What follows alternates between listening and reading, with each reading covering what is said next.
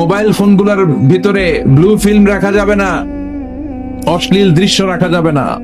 কিয়ামতের কঠিন ময়দানে যখন কোনো ছায়া নাই, মানুষগুলো পেরেশান, ওই বিপদের দিন আল্লাহ 7 ব্যক্তিকে ছায়া দিবে।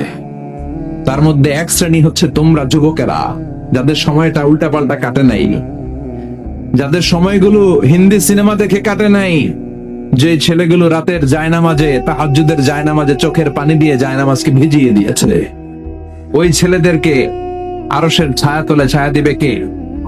এজন্য আল্লাহর ভয় অন্তরে থাকার দরকার আছে না নাই?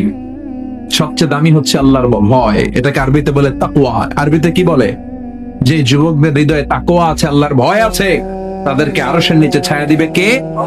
যাদের হৃদয়ে আছে আল্লাহর ভয়, তারা কভু পথ ভুলে যায় না। আল্লাহর প্রেম ছাড়া এই দুনিয়ায় কারো কাছে কোনো কিছু চাই না। রাতের আধারে যারা সেজদাতে রয়, দু চোখের স্রোতে নদী যেন বয়।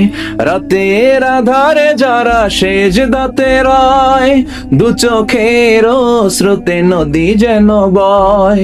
ছলনার হাতছানি যতই ডাকুক, পেছনে ফিরেও সে তাকায় না। যাদের হৃদয়ে আছে আল্লাহর ভয়, তারা কভু পথ ভুলে যায় না। আল্লাহর প্রেম ছাড়া এই দুনিয়ায় কারো কাছে কোনো কিছু চাই না, কারো কাছে কোনো কিছু চাই না। চিল্লায় বলেন ঠিক কিনা? এজন্য যুবকদের হৃদয়ে থাকতে হবে কার ভয়? আল্লাহ, তোমার ভয় দিয়ে আমাদের অন্তরটাকে তুমি পরিপূর্ণ করো। আমরা যেন নজর হেফাজত করতে পারি, তুমি তৌফিক দাও। আমাদের নারীদেরকে তুমি কবুল করো। আমার বোনদের পেট থেকে তুমি বড় বড় আল্লাহর ওয়ালি, হাফেজে কোরআন, মুফাসসিরে কোরআনকে তুমি পয়দা করো।